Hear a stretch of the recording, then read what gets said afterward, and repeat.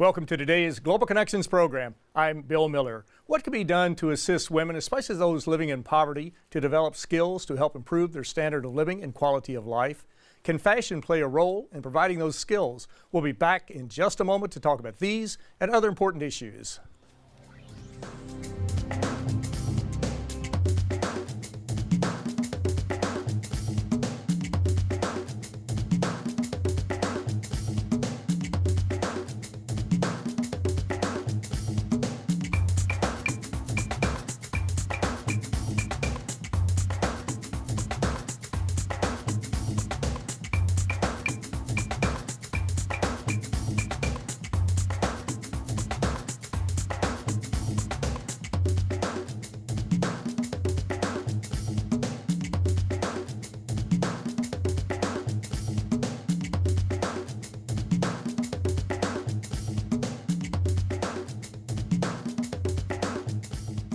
Welcome back to our program. There are many organizations around the world, United Nations agencies, interfaith groups, non-governmental organizations, service clubs that are working to help people in poverty, especially women. Today we're going to talk about a very unique concept to help women get out of poverty. My guest today is an expert in this area. My guest today is Ms. Gayatri Jolly. Gayatri Jolly is a fashion designer from Parsons, the new school for design that is based in New York. Ms. Jolly moved to New Delhi, India, after graduating from Babson College in 2011 to set up the Entrepreneurship Development Program, which is a nonprofit in the urban slums of New Delhi. Gayatri Jolly, welcome to today's Global Connections program. Thank you, Bill. I appreciate you being with me today. Thank you so much. It's a pleasure. Let's talk in general terms about fashion, and maybe start off with a little definition of what fashion means, but how do you view fashion and what can be done to help people? We'll get into the programs in greater detail, but to provide skills to folks to maybe utilize these skills to move into some type of vocational or professional setting. Well, Bill, I've always looked at fashion through the lens of women's empowerment, sustainability, and also, as a tool for development of countries of the South, of nations of the South. And I feel that fashion has a potential to create a lot of jobs and also, improve the condition of impoverished women and also men all over the world. Exactly. And this is an area that you're focusing upon, and as you look at it, what do you think has the whole concept of fashion changed over the past few years as far as being able to provide skills to women? I think it's changing, and designers and companies are becoming more aware that they have a social responsibility, and it's not just about the bottom line anymore. There's a lot more to be kept under consideration, and you have to keep in mind the society, the environment, and things like that. So I think the conversation has been going on, things are changing, but there's a lot more that can be done. Exactly. Now, our viewers can go to your website, GayatriJolly.com, yes, and get more information about what we're talking about today. But let's talk a little bit about the Entrepreneurship Development Program, the EDP. When was this formed? Why was it formed? So the Entrepreneurship Development Program is a program of Adharshila Trust, which is a nonprofit that runs it. It was started 3 years ago when I moved to India after graduating from Babson. And the main goal that this program was started with was to provide vocational skills to the women and men that were residing in the urban slums that the nonprofit is based in. So the main goal for the tailoring aspect of the program, which is what I focus on, is to provide women with skills that make them immediately employable. So if you want, I can tell you about the program in a little detail. Yes, please. Okay, yes, so what we do is we have a basic program, which is how the program first started. It's a 6-month basic training program. So the women are trained in garment construction. They're told how to handle fabric, how to use sewing machines. And at the end of 6 months, they're given a sewing machine, a manual sewing machine to take home with them. And the main goal of giving them that is that they should start their own business and they should start earning money. They should become self-reliant and independent. So when we started the basic program and we saw how successful it was, I then moved to Parsons soon after launching the program. And it was only after coming to Parsons that I realized that there is so much more to learn. There's so much more to teach that I decided to work on an advanced program. And that's when I developed the curriculum for for an advanced program. After having gone through the basics, the women could now move into an advanced program, which teaches them, global quality finishing so that their products can be sold in the market at a fair price. And the machines that they now work on are the same machines we use in the garment district in New York. Is that right? Yes. Yes, yes. right. So they can develop basic skills to where they could work in a textile factory or something like that, or perhaps at their own home, but then later on they can actually put together the final product and sell it, which obviously is going to produce more of a profit and more benefit to that person and the family. Definitely. And I also talk to designers all the time, and I encourage them to send their piecework to these women so that they can get some practice, improve, and it's easier for them to work within their community rather than moving out, because a lot of women can't really travel for work. So if they can be given work within their residential areas, it's more convenient for them. Do you find that as the women advance, that they learn these skills, they start earning an income, do they stay in the slums? Do they serve as role models for other people, or do they move out? Is there more social mobility, or do they do both in some cases? They do both, but I would say more so the first one. They end up staying in the same area, the same locality, and they serve as role models. And they encourage younger women to do the same, to kind of show them the path and say, you never earned money before, you never had a voice in society, in your family, but now you can, and now you do. And it's a community feeling that women send the younger women, they send their daughters to the center to learn different things, and it's great. They do serve as role models. And of course, if our viewers would like more information on that, they can go to Artishala Trust, which is ADHARSHILA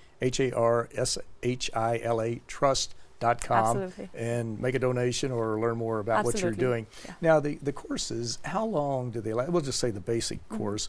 Is that like a 6-month course? 6 months. I think you alluded to that. And how many people do you have in the program, or at the two different types of courses that you have? So across the EDP, we have about 700 women that have gone through this program successfully.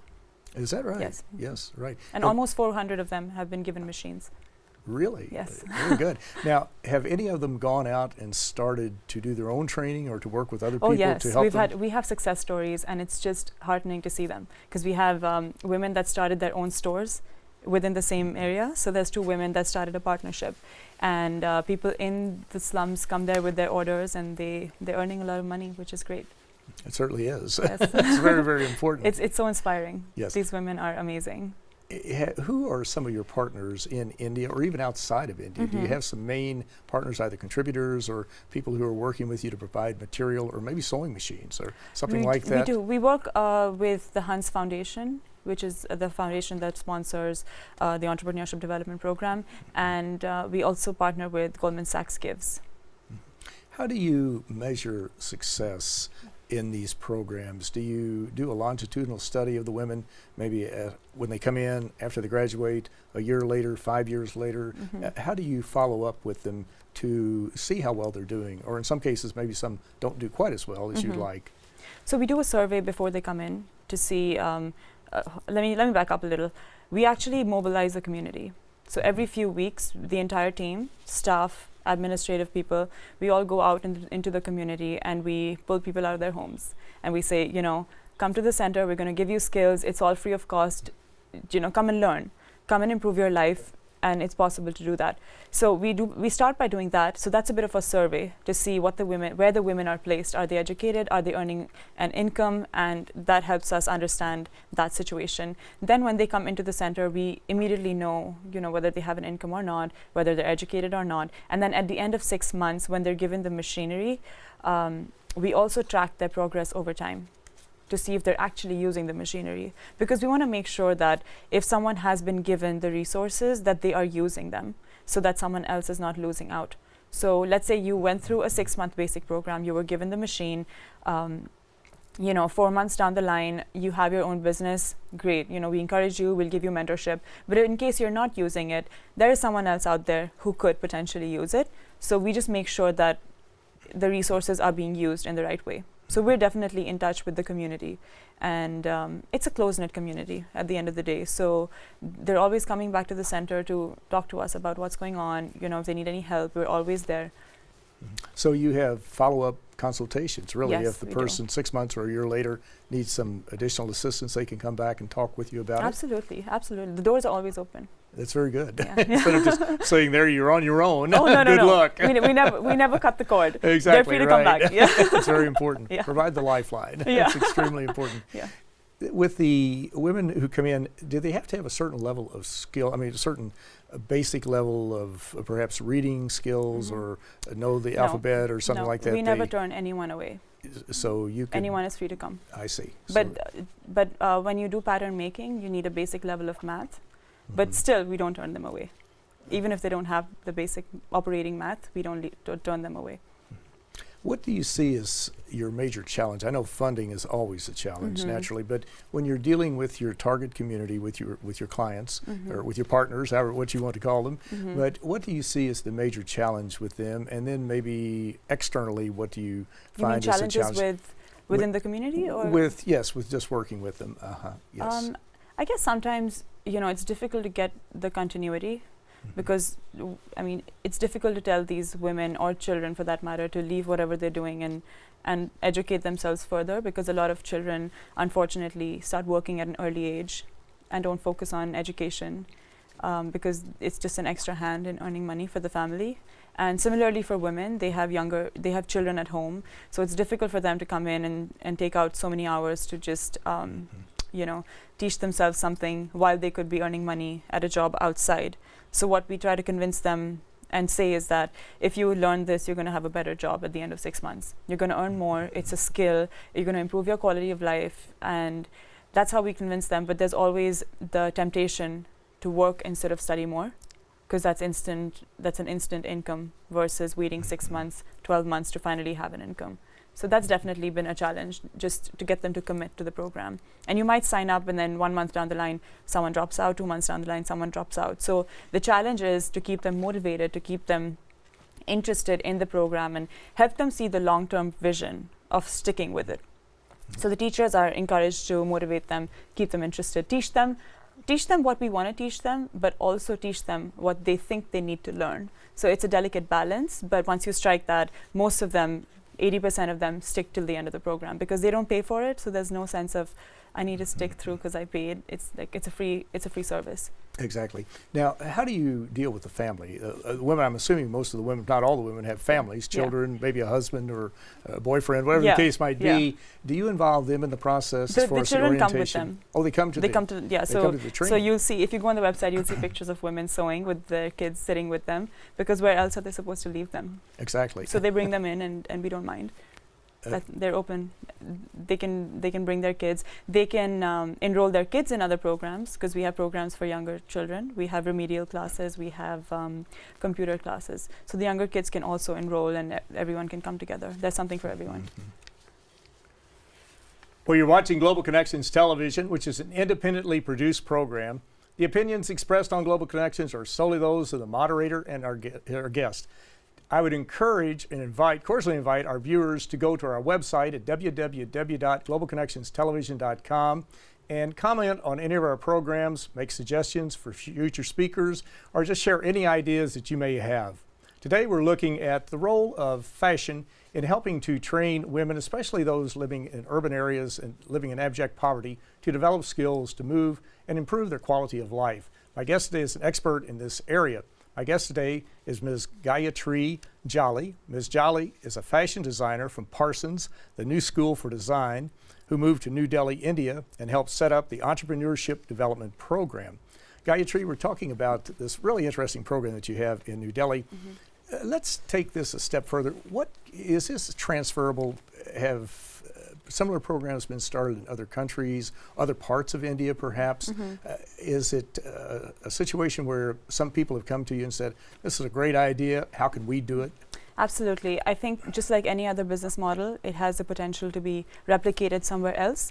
Of course, keeping in mind that it has to be localized, it has to be replicated, keeping in mind that every country, every city even is different. So, just like a business would go into a new country and want to expand there, similarly, this program can move to different countries and expand, keeping in mind the local requirements. In fact, I have been approached by a nonprofit in Bangkok to replicate the same model, because they really like the way that it works in India, and they want it to be kind of replicated, keeping in mind the Thai women. And this is actually a bigger challenge, because I'm also going to be working with women with HIV and also women that are victims of violence. So it adds a new dimension, but I'm excited because it's going to be a challenge, and I'm looking forward to helping them. So you're moving from India, or you're staying in India, but you're going over to Bangkok, Thailand. And I'm in New York at the moment. So and you're in New York, so that it's going to be a juggling I'm excited, act. Though. Exactly, I can imagine. Yes. Now, who will be some of your partners in Thailand? Who will you be working with in Bangkok to help set up this program? It sounds like you're broadening it too. If you're working with women HIV positive, if you're working with women who are battered or who are in really adverse conditions or adverse situations. There's a nonprofit in Thailand, which is across Thailand. So that's one of the partners that I'll be working with. And there are volunteers from other parts of the world that are also a part of this program. So we're all going to be working on this together. But essentially what they need is a designer who can design the products, design the process, train the teachers, train the women so that they can manufacture the products from start to finish. Because that's where the confidence comes in. That's where the feeling of ownership comes in. So I really want to design products that are not too difficult to make, so that you can acquire the skills, make the product, and see it to the finish. Because that's what really gives you a sense of healing for women, that have really been through tough situations. It's a sense of ownership. It's a sense of confidence that I saw this project from start to finish. So that's my goal, to really strategically come up with a product that's not too difficult to make. Now you're expanding your mission, really. You're bringing in other folks. You'll have to, bring in people who can serve as counselors, maybe physicians, people who are educators, different ones like that. So it's going to be sounds like a much larger operation. Right. So they already have a setup in Bangkok. I'm kind of going in to help them out with this program, but they already have, somewhat of a setup to take care of these women that come in with these issues, because there's a psychological aspect to it, which I'm not equipped to deal with at this point. So they do take care of most of those issues. I will be going in with the setup already there to help them with the program to set up a program which resembles the EDP. So that's the program that I'll be setting up, but they already have a setup for the women. And of course, our viewers can go to GayatriJolly.com and get much more information about what we're talking about today. With the situation in Bangkok, where would you like to see that particular operation? I know it's brand new. It's a nascent operation, just beginning it. You've got some great ideas on what to do. Where would you like to see it maybe 10, 15 years from now as far as that particular operation?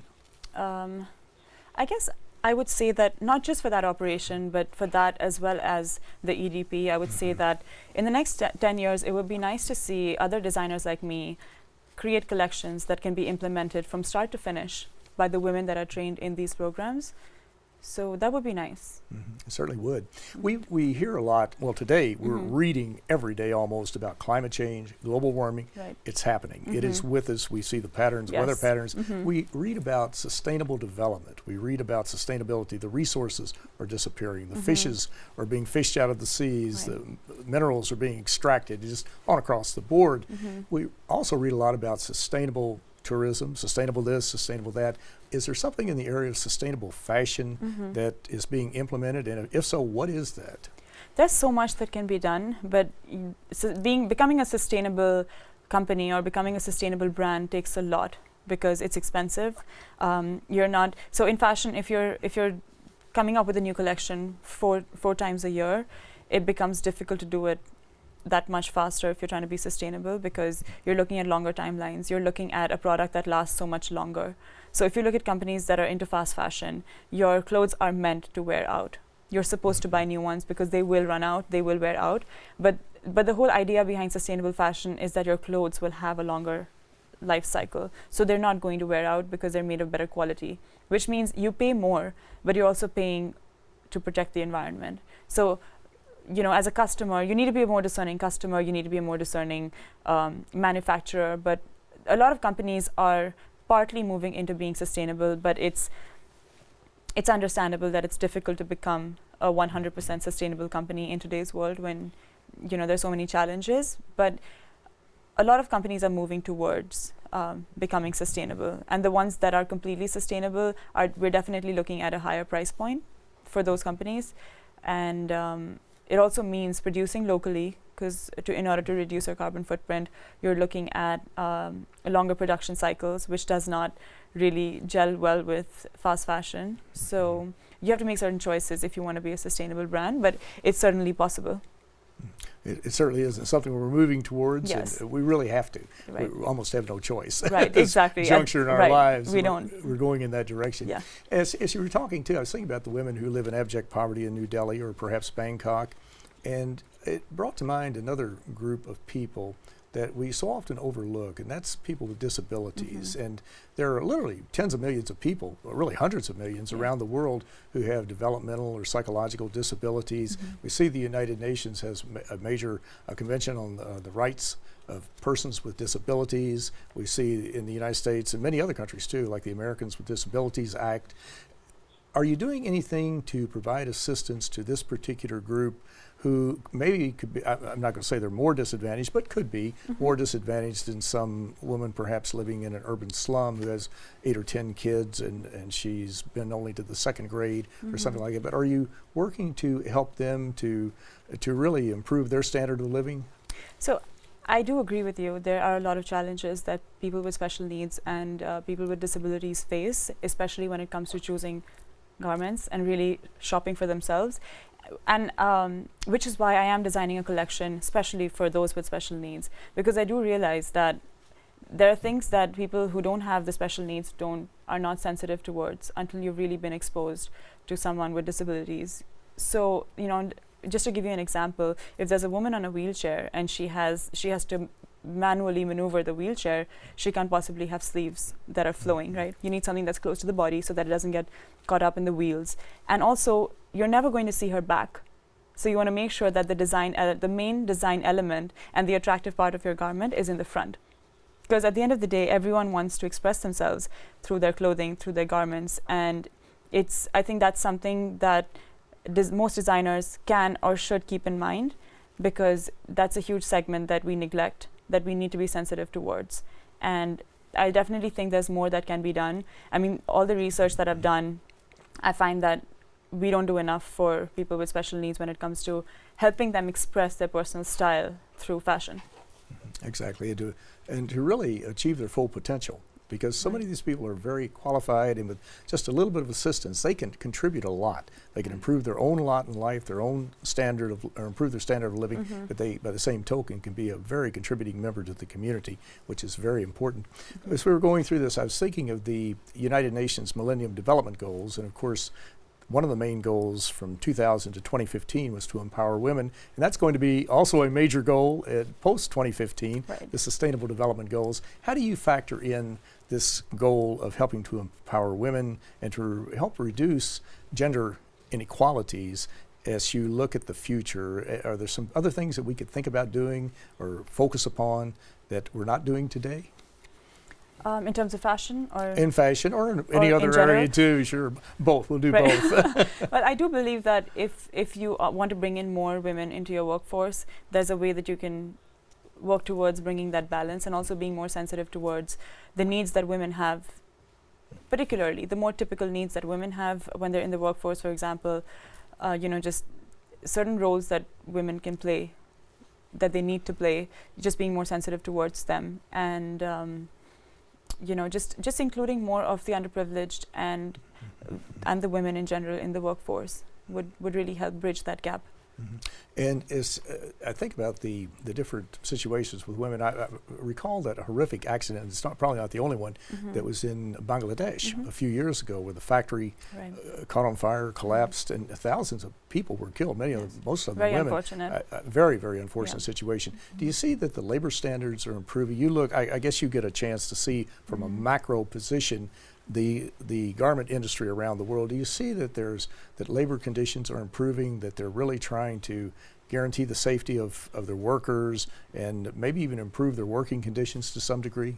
Bill, it's unfortunate because every time for a change to take place, there's always a horrific accident or a catastrophe that has to take place for a real change to really, for us to see a real change. So I do hope that things are better in in Bangladesh. But I also believe that it starts from the companies that are demanding that kind of those kind of production numbers from these companies. It starts with who is responsible for placing those orders to see where the orders are coming from. So it's everyone that's in charge. It's not just the factory. It's if there's a company in the US or if there's a company in somewhere in Europe that's placing these orders, you want to make sure that you know where your garment is coming from. You want to make sure you know where your fabric is coming from and who's making it, how old are they, is there ventilation, are there fire safety standards? Because I know that not most, but in many developing countries, fire safety standards are not the same as the ones we have here in the US. So these are things that companies have to keep in mind as well. Exactly. Well, Gayatri Jolly, it's a fascinating topic, a very important one. And I want to thank you so very much for a very interesting and a very informative program. Thank you, Bill. Thank you. Thank you. I'm Bill Miller. Thank you for joining us today on Global Connections Television.